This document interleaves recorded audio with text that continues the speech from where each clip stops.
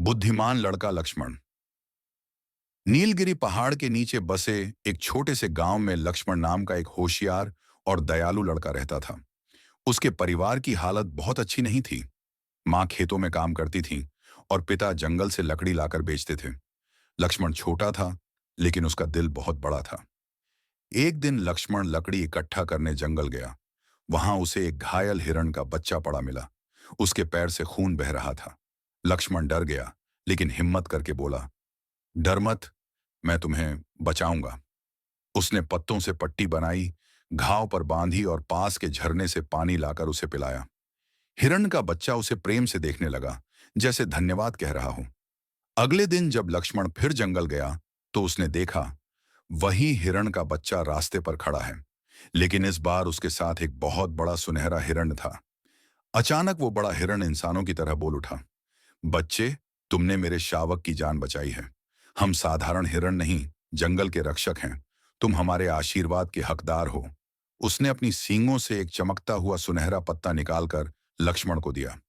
जब भी तुम संकट में पड़ो, इस पत्ते को जमीन पर रखना। जंगल खुद तुम्हारी मदद करेगा। लक्ष्मण हैरान था, लेकिन विनम्रता से धन्यवाद कहकर पत्ता घर ले आया। कुछ दिनों बाद गांव में भयंकर सूखा पड़ गया। नदी सूख गई, कुएं खाली हो गए, खेत बर्बाद होने लगे। लोग परेशान थे। मां की आंखों में चिंता देखकर लक्ष्मण को सुनहरे पत्ते की बात याद आई। वह तुरंत जंगल गया, एक खुली जगह चुनी और सुनहरा पत्ता जमीन पर रख दिया। अचानक जमीन हल्का सा कांपी और कुछ ही सेकंड में वहां से ताजा पानी का फव्वारा फूट पड़ा। देखते ही देखते एक नया चमकता हुआ झरना बन गया। गांव वाले खुश होकर चिल्ला उठे, लक्ष्मण ने हमें बचा लिया।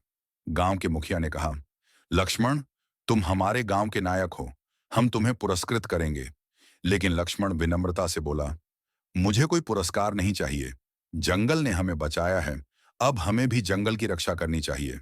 उस दिन से गांव वाले पेड़ काटना बंद कर दिए। हर कोई प्रकृति की रक्षा करने लगा। धीरे धीरे गांव हरा भरा हो गया। लक्ष्मण सबके दिल का हीरो बन गया। और वो सुनहरा पत्ता, लक्ष्मण ने उसे एक पुराने पेड़ की जड़ के नीचे सुरक्षित रख दिया।